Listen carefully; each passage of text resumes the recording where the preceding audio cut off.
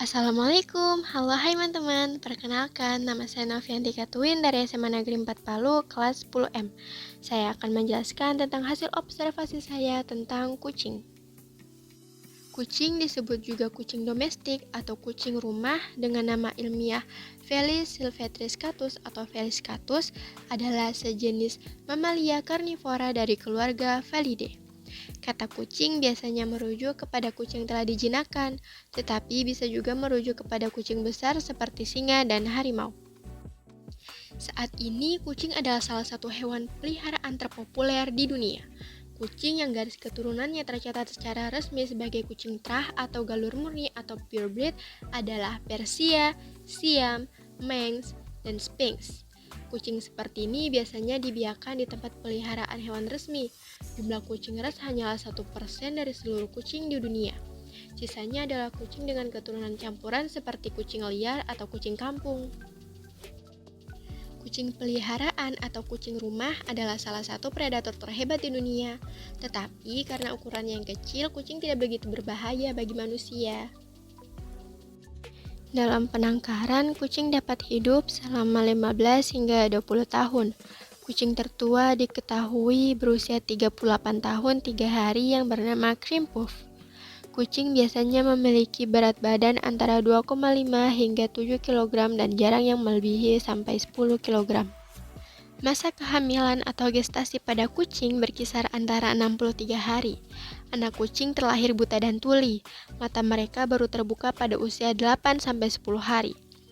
Anak kucing akan disapih oleh induknya pada usia 6-7 minggu dan kematangan seksual akan dicapai pada umur 10-15 bulan. Kucing dapat mengandung 4 janin sekaligus karena rahimnya memiliki bentuk yang khusus dengan 4 bagian yang berbeda. Kucing memiliki kekerabatan yang dekat dengan binatang gurun. Ketahanan kucing terhadap panas dan dinginnya iklim daerah subtropis agak terbatas. Kebanyakan kucing tidak suka berendam dalam air kecuali jenis Turkish Fan. Dilansir dari Southern Living, CDC menyatakan bahwa kucing baik bagi kesehatan manusia loh. Memelihara kucing bisa meningkatkan kesehatan mental, mengurangi kesepian, mengurangi stres, dan mendatangkan kebahagiaan bagi pemiliknya. Itulah penjelasan dari hasil observasi saya tentang kucing. Sekian, terima kasih. Wassalamualaikum warahmatullahi wabarakatuh.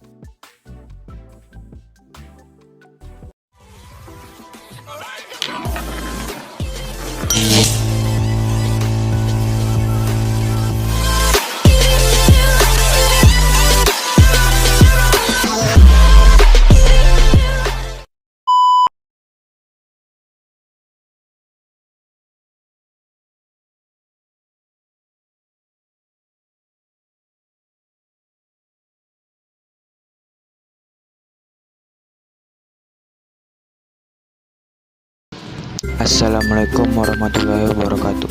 Halo teman-teman, perkenalkan nama saya Ahmad Rizky Maulana dari kelas M. Saya akan mempresentasikan hasil observasi saya.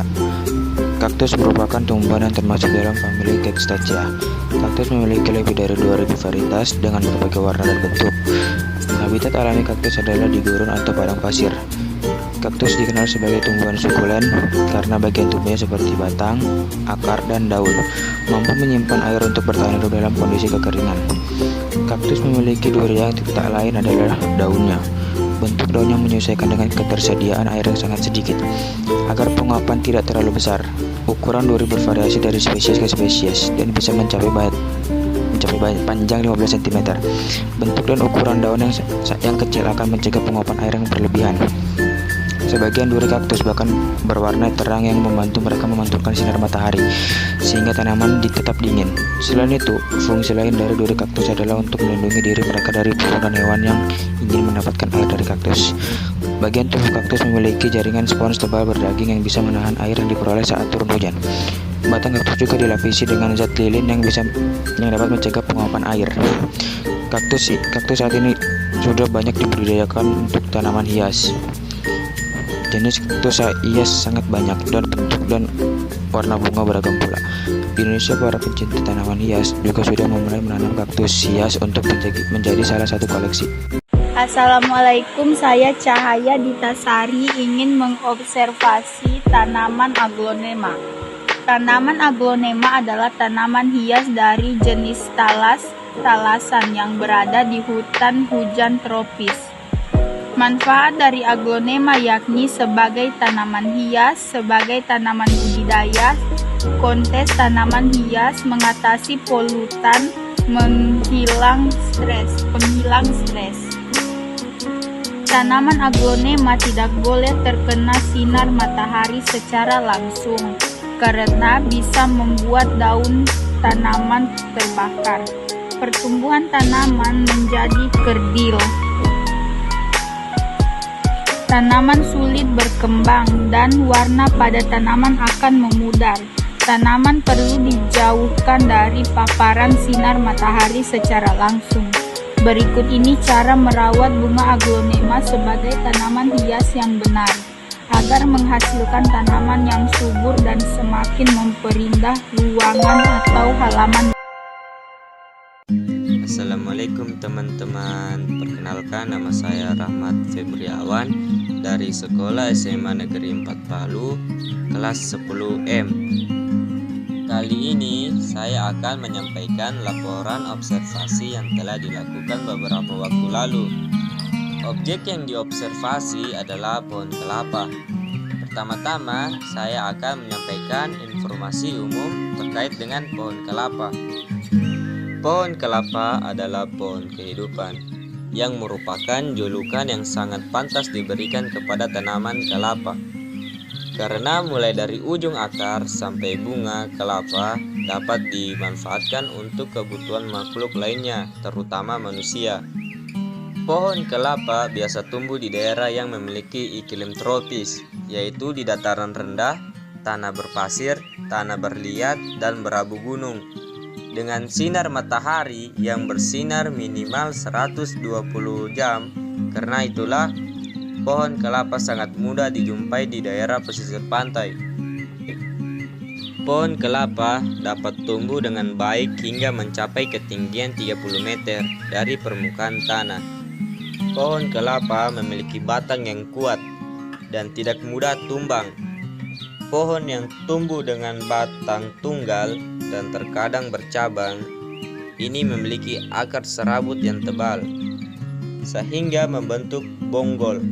Batangnya berruas-ruas, semakin tua semakin tidak tampak ruas-ruasnya. Pohon kelapa memiliki daun tunggal yang menyirip.